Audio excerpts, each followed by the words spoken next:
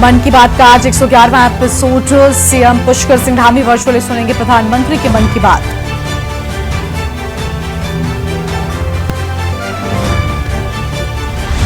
भारत ने जीता T20 world cup का खिताब। सीएम पुष्कर सिंह धामी ने किया ट्वीट। सीएम धामी ने लिखा, जीतेगा भारत, जीतेंगे हम। देहरादून में भारत की जीत के बाद मना जमकर जश्न। जीत के जश्न को घंटा घर पर उमड़े हजारों लोग। भारत माता की जय के उद्घोष से गूंज उठा देहरादून।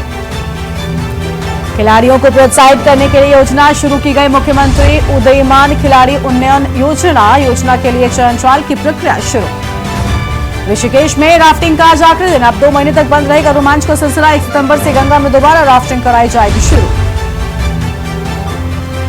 आज भी बिगड़ा रहेगा मौसम का मिजाज। उत्तरकाशी समेत 6 जिलों में भारी बारिश का ऑरेंज अलर्ट। आप देख रहे हैं के न्यूज, खबरों का सारथी। नमस्कार, आप देख रहे हैं के न्यूज इंडिया। मैं हूं आपके साथ गरिमा वाजपेयी। खबर उत्तराखंड की शुरुआत करते हैं कुछ खास खबरों के साथ में। देहरादून से खबर आपको हम बताते हैं, जहां भारत ने जीता T20 वर्ल्ड कप का खिताब। सीएम पुष्कर सिंह धामी ने ट्वीट किया। T20 world cup final match को लेकर लिखा, जीतेगा भारत, जीतेंगे हम। T20 वर्ल्ड कप मैच को लेकर सीएम पुष्कर सिंह धामी की ओर से अहम बातें सामने आई हैं। फिलहाल ये बड़ी खबर आपको हम बता रहे हैं, जहां पर T20 मैच को लेकर यह अहम बातें कही गई हैं।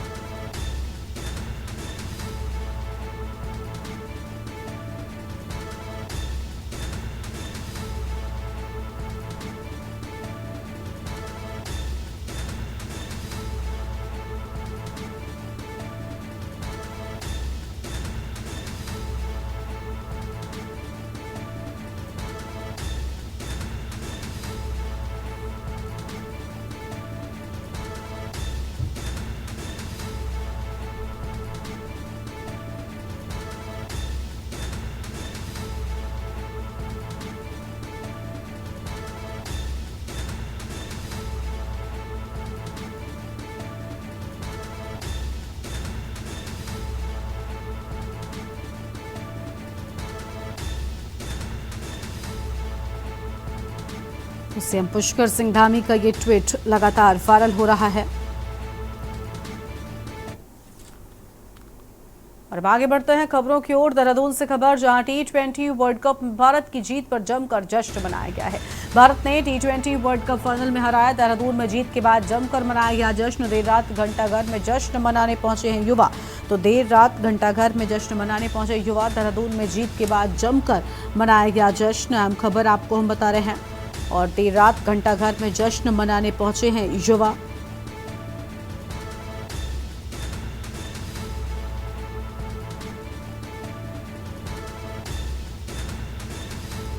भारत ने T20 वर्ल्ड कप फाइनल में साउथ अफ्रीका को हराकर जीत अपने नाम की। और ये ट्रॉफी भी भारत के नाम, जिसके बाद देश भर में जश्न मनाया गया है। और देर रात घंटाघर में जश्न मनाने पहुंचे हैं युवा।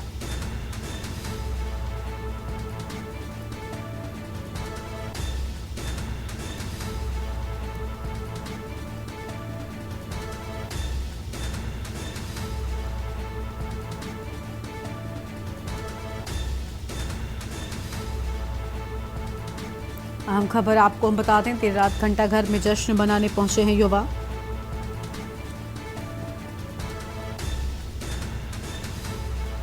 देहरादून से खबर आपको हम बता रहे हैं, भारत ने T20 वर्ल्ड कप फाइनल में हराया है।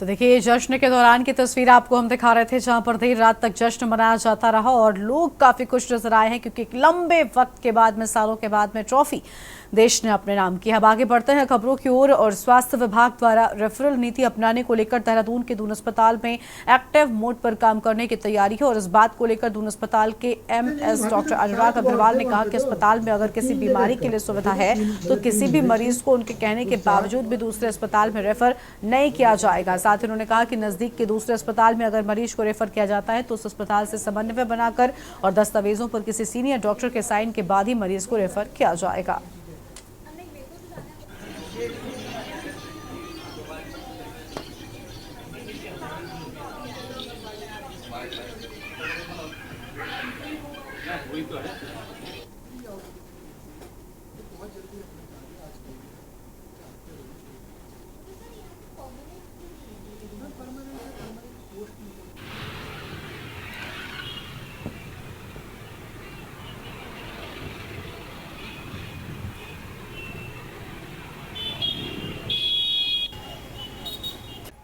रेफरल नीति को लेकर यह अहम जानकारी आपको हम बता रहे थे और दून अस्पताल एक्टिव मोड पर काम करने की तैयारी में है। अहम खबर आपको हम बता दें, एक्टिव मोड पर स्वास्थ्य विभाग की रेफरल नीति, दून अस्पताल एक्टिव मोड पर काम करने की तैयारी में।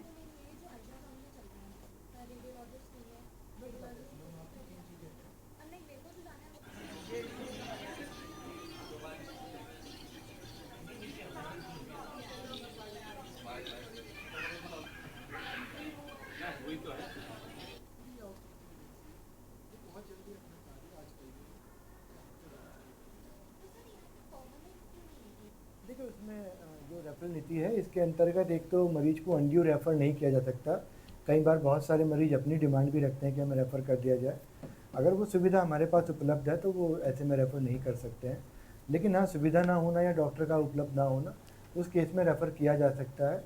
ऐसे में जहाँ रेफ़र किया जा रहा है अगर वो उसी एरिया का अस्पताल है तो फिर ऐसे में एक समन्वय बनाकर ही कि वहाँ बेड और डॉक्टर्स अवेलेबल हैं तभी वो रेफ़र किया जाएगा और हमेशा सीनियर डॉक्टर कंसल्टेंट के साइन के साथ ही रेफ़र किया जाएगा। और टी20 वर्ल्ड कप में भारत की शानदार जीत होने पर रुड़की में देर रात युवाओं ने जमकर जश्न मनाया है। रुड़की के सिविल लाइंस में युवा व क्रिकेट प्रेमी हाथों में तिरंगा झंडा लेकर सड़कों पर उतर आए और जमकर आतिशबाजी कर टीम इंडिया की जीत का जश्न मनाते हुए दिखाई दिए हैं। तो वहीं लालकुर्ती में भी युवाओं की टोली ने घर घर मिठाइयां बांटी और ढोल की थाप पर जमकर नाचते हुए नजर आए हैं।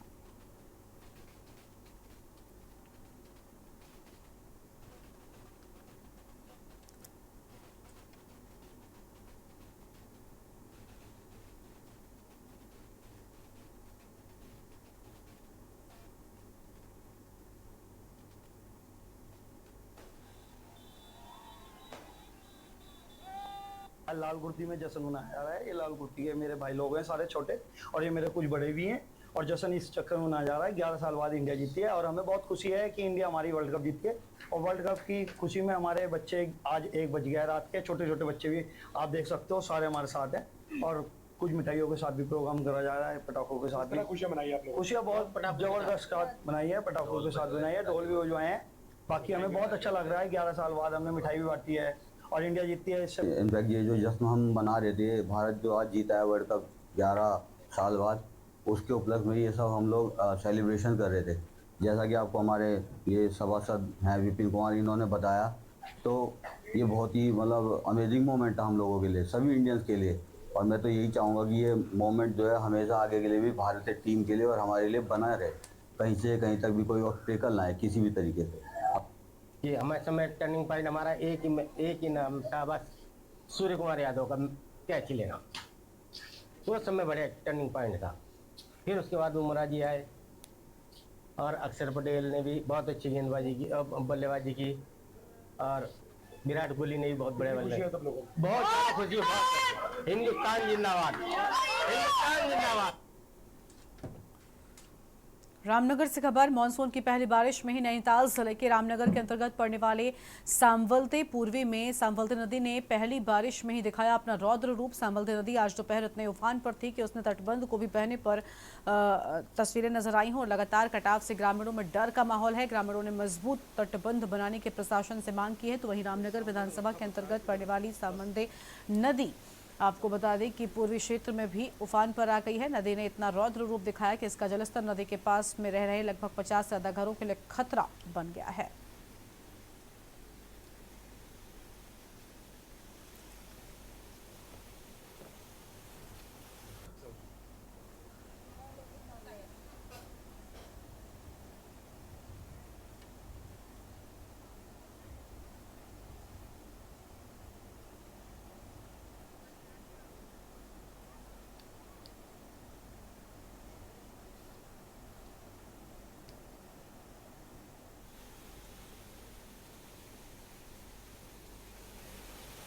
पर इसमें रहते हैं हम यहाँ पे डर डर के रह रहे हैं। रात को भी सो नहीं पा रहे हैं, रात को भी हम परेशानी हो जा रहे हैं। बच्चे हमारे सब बाहर हैं, घर में नहीं है। हम बुजुर्ग लोग हैं, छोटे छोटे बच्चे हैं, सभी को परेशानी हो रही है यहाँ पे। और पर के साल भी ऐसी हुआ, किसी ने सुना ही नहीं किया। अब के साल भी अभी आया, यहाँ ऊपर चढ़ गया बारिश सारा। क्या कर सकते हैं और हमें और क्या चाहिए? इतना ही चाहिए, इसका रुकावट हो। ये सावलीपुर का प्रश्न है। पिछले साल भी मेरे द्वारा इसमें स्वयं निरीक्षण किया गया था, एजेंट साहब द्वारा भी गया था, माननीय जी द्वारा भी किया था। और आपदा की दृष्टि से काफ़ी संवेदनशील क्षेत्र, नदी लगातार उसमें कटान कर रही है, जिसमें सिंचाई विभाग के साथ निरीक्षण करने के उपरांत हमसे एस्टिमेट भेजे गए थे और माननीय जिलाधिकारी महोदय द्वारा उसमें संस्तुति की गई है। आपदा की दृष्टि से उसमें कार्य कराया जा रहा है, क्योंकि वन क्षेत्र है तो उसमें कार्य वन विभाग के द्वारा कराया जा रहा है।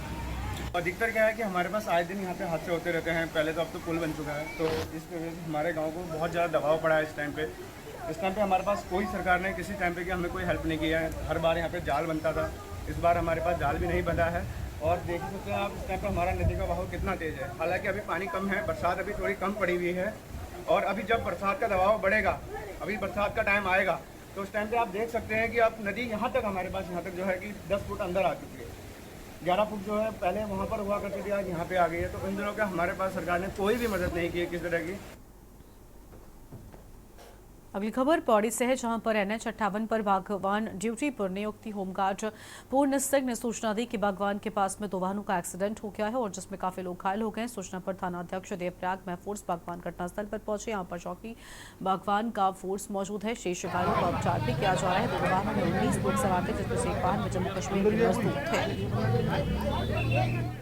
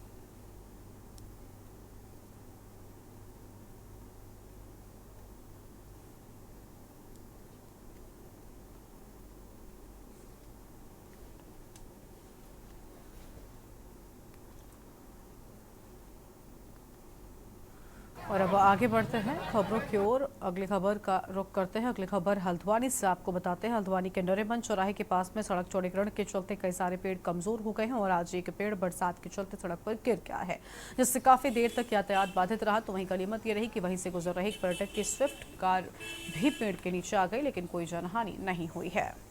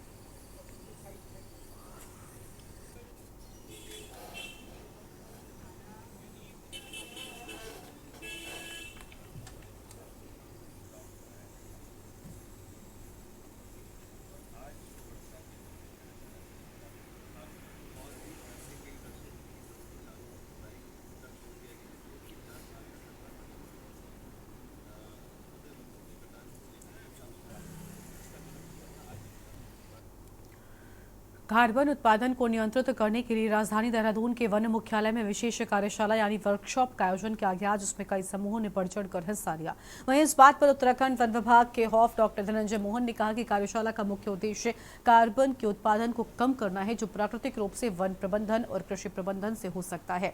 साथ ही उन्होंने कहा कि Tehri school of advance studies के लोगों ने कार्यशाला में लंबा व्याख्यान दिया और सभी वन अधिकारियों से जुड़े, जिससे क्लाइमेट चेंज की पहल में हमारा योगदान और अधिक बढ़ सके।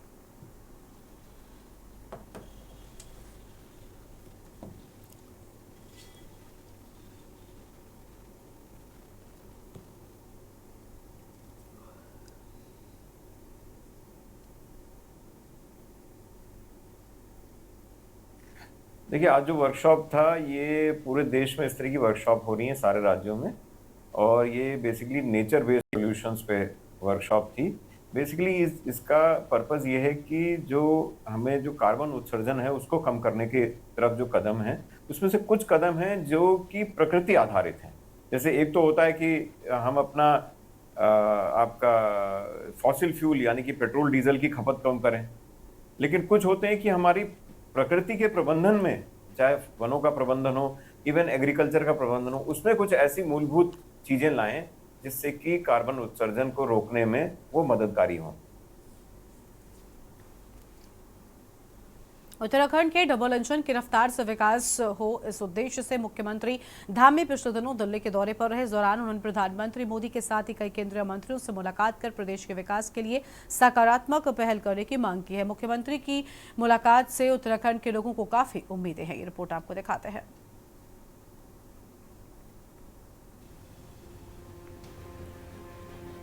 उत्तराखंड की जनता को डबल इंजन की रफ्तार से विकास का दृश्य दिखाने के उद्देश्य से मुख्यमंत्री धामी ने प्रधानमंत्री नरेंद्र मोदी समेत कई मंत्रियों से दिल्ली में मुलाकात की है। सीएम धामी ने प्रधानमंत्री से विभिन्न विकास के मुद्दों पर चर्चा की। सीएम धामी ने पीएम मोदी से राज्य की 24 प्रस्तावित जल विद्युत परियोजनाओं पर पुनः समीक्षा करने का अनुरोध किया है। इसके साथ ही मानसखंड मंदिर माला मिशन के लिए 1000 करोड़ रुपए की सहायता दिए जाने, प्रदेश में प्रस्तावित 3 टनल परियोजनाओं की स्वीकृति दिए जाने, वन भूमि हस्तांतरण को व्यवहारिक बनाए जाने का अनुरोध भी किया है। इसके अलावा राज्य की रोड कनेक्टिविटी को बेहतर बनाने, संचार सुविधा को और बेहतर बनाने के साथ ही तमाम अवस्थापना सुविधाओं में सुधार के लिए केंद्र से सहयोग मांगा है। भाजपा ने उम्मीद जताई है कि राज्य के विकास में इस मुलाकात से कई लाभ मिलेंगे। प्रदेश के विषय हैं और सेंटर से बहुत अच्छी सहायता हमको रहती है, सहयोग रहता है। अभी नई सरकार बनी है तो माननीय मुख्यमंत्री जी सारे विषयों को लेकर एक बार नए सिरे से सभी मंत्रियों को मिल रहे हैं, अपने प्रधानमंत्री जी को मिल रहे हैं। तो निश्चित तौर पर उत्तराखंड के हित में है। जितना ज़्यादा हमारा कम्युनिकेशन बना रहेगा केंद्र सरकार से, उतना अधिक लाभ प्रदेश को मिल पाएगा और उसी क्रम में मुख्यमंत्री अपने काम में लगे हुए हैं। वहीं एक ओर जहां भाजपा मुख्यमंत्री की इस मुलाकात को काफी सराहनीय बता रही है, तो वहीं दूसरी ओर विपक्षी दल केंद्र सरकार पर राज्य की उपेक्षा का आरोप लगा रहे हैं। विपक्ष को इस मुलाकात से कोई खास उम्मीद नहीं है। निश्चित रूप से बार-बार केंद्रीय नेताओं से मिल रहे हैं, उनसे राज्य के लिए आर्थिक सहायता की बात कर रहे हैं, चाहे बिजली के क्षेत्र में हो, चाहे जल विद्युत परियोजनाओं के बारे में हो, चाहे आपके यातायात के बारे में हो, सड़कों के रखरखाव की बात हो, लेकिन उसका हासिल कुछ नहीं हो रहा है। मुख्यमंत्री को हर हमेशा केंद्रीय नेतृत्व इनका बैरंग वापस भेजता है, निराशाजनक स्थिति में वापस भेजता है, खाली हाथ वापस भेजता है। मुख्यमंत्री जी अगर इस प्रदेश के विकास के लिए कहीं भी जाते हैं तो उसका स्वागत है। वो किसी भी मंत्री से मिलते हैं, प्रभावशाली व्यक्ति से मिलते हैं, बिजनेसमैन से मिलते हैं, और अगर उससे इस प्रदेश का विकास होता है तो उसका उत्तराखंड क्रांति में स्वागत करता है। लेकिन आप ये बताइए कि उसका जो रिजल्ट है वो क्या निकल रहा है। 2022 में जब पुनः भारतीय जनता पार्टी इस प्रदेश में जीत के आएगी तो डबल इंजन बोल के आएगी। यदि वो डबल इंजन इस प्रदेश के विकास को आगे बढ़ाने में सक्षम नहीं हो पा रहा या सक्षम होने में असमर्थ है, तो आप बताइए मुख्यमंत्री के जाने का क्या औचित्य है। कुल मिलाकर एक और जहां मुख्यमंत्री पुष्कर सिंह धामी केंद्र सरकार से राज्य को आर्थिक मदद दिए जाने के साथ ही जल विद्युत परियोजनाओं को शुरू करने की तैयारियों में जुट गए हैं, तो वहीं दूसरी ओर माना जा रहा है कि राज्य में अब और तेज गति से विकास कार्य होंगे। निश्चित ही मुख्यमंत्री की मांग केंद्र ने मानी तो राज्य का विकास और तेज गति से हो पाएगा। Uttarakhand desk report. और इस बीच लखनऊ से एक अहम खबर सामने आ रही है, उसका रुख कर लेते हैं। लखनऊ से बड़ी जानकारी आपको हम बताएंगे। आईएएस मनोज कुमार सिंह को नई जिम्मेदारी की बात सामने आई है, तो बड़ी खबर आपको हम बता रहे हैं, जहां पर नई जिम्मेदारी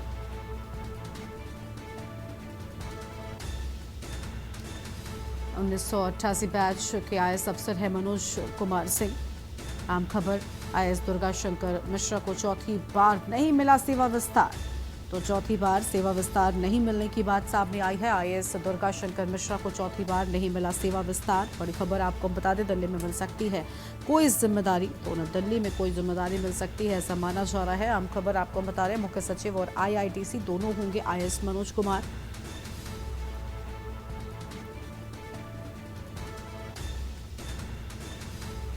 फिलहाल ये बड़ी खबर आपको हम बता रहे हैं।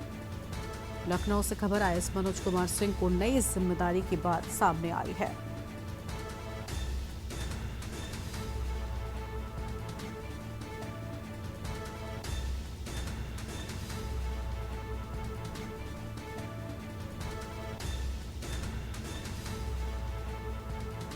फिलहाल ये बड़ी जानकारी आपको हम बता रहे हैं।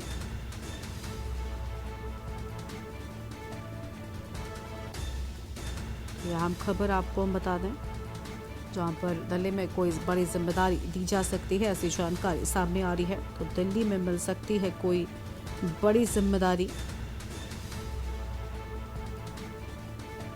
बड़ी खबर आपको हम बता रहे हैं।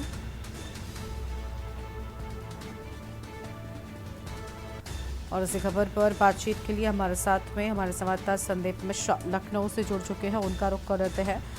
संदीप, इस बार सेवा विस्तार नहीं मिला, पूरी जानकारी क्या है, और मनोज कुमार सिंह को नई जिम्मेदारी मिल गई है? बिल्कुल, देखिए 1988 बैच के आईएएस है मनोज कुमार सिंह, जिन्हें जो है मुख्य सचिव बनाया गया है। यूपी का नए मुख्य सचिव होंगे मनोज कुमार सिंह। और इसके साथ ही साथ दुर्गा शंकर मिश्रा की अगर हम बात करते हैं, जो कि चौथी बार इन्हें सेवा विस्तार मिलना था, उन्हें ये जिम्मेदारी नहीं दी गई है, क्योंकि जिस तरीके से दिल्ली में पहुंचे हुए थे वहां, लेकिन इन्हें जिम्मेदारी नहीं मिल सकी। तो ये माना जा रहा है कि मनोज कुमार सिंह को जो है यूपी के नए मुख्य सचिव होंगे। और इसके साथ साथ अगर उनका देखा जाए तो आईआईडीसी का भी कार्यभार जो उनके पास में हुआ करता था, उसका भी कार्यभार संभालते हुए नजर आएंगे। यानी कि आज शाम 4 बजे तक जो है वो पदभार ग्रहण कर सकते हैं। इसको लेकर के चर्चाएं तेज हो गई, क्योंकि जिस तरीके से एक बार फिर से जो है आईएएस मनोज कुमार सिंह को नई जिम्मेदारी के साथ समझा गया है। जी, बहुत शुक्रिया आपका हमारे साथ जोड़ने के लिए, हम जानकारी के लिए। तो 1988 बैच के आईएएस अधिकारी है मनोज सिंह, और उनको बड़ी जिम्मेदारी की बात सामने आई है। दुर्गा शंकर मिश्रा को इस बार सेवा विस्तार नहीं मिला है, और आईएएस दुर्गा शंकर मिश्रा को नहीं मिला सेवा विस्तार। दिल्ली में मिल सकती है कोई जिम्मेदारी। अहम खबर आपको हम बता रहे हैं।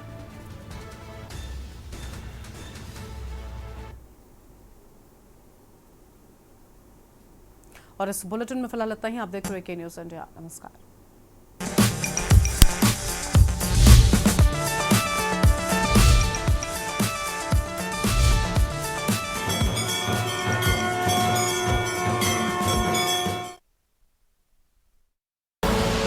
आप देख रहे हैं के न्यूज़ खबर।